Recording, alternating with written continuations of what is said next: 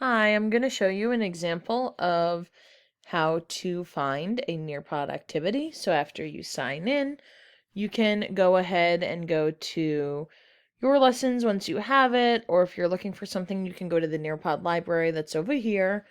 They give you some featured activities. I like to look for the grade. If I'm working in fourth grade, I'll click fourth, and then I wait for it to load. And they give you a whole bunch of different lessons. You can even filter by standard. You can filter by subject. Maybe I want to focus on math and fourth grade. And maybe I want to work with subtraction. So I can preview the lesson to make sure that it's appropriate. So I can preview. It gives me the essential question, what they're going to do, exploring it.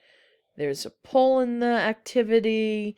They talk about what a two-digit number is and all of these different lessons. So it's really great. The kids even have an interactive slide. So if I really like this activity, I'm going to choose to use it. I can press add to my lessons. And then I can show in my lessons, you can see that I don't really have a lot of lessons. But I can do a student paste where I can put it onto a Google Classroom or another platform that my class knows how to get to, or I can do live participation where it's then and now and I control it, and then the students will have to do it in time. So student pace can be kind of independent work on their own, but live participation is doing it together right then and there.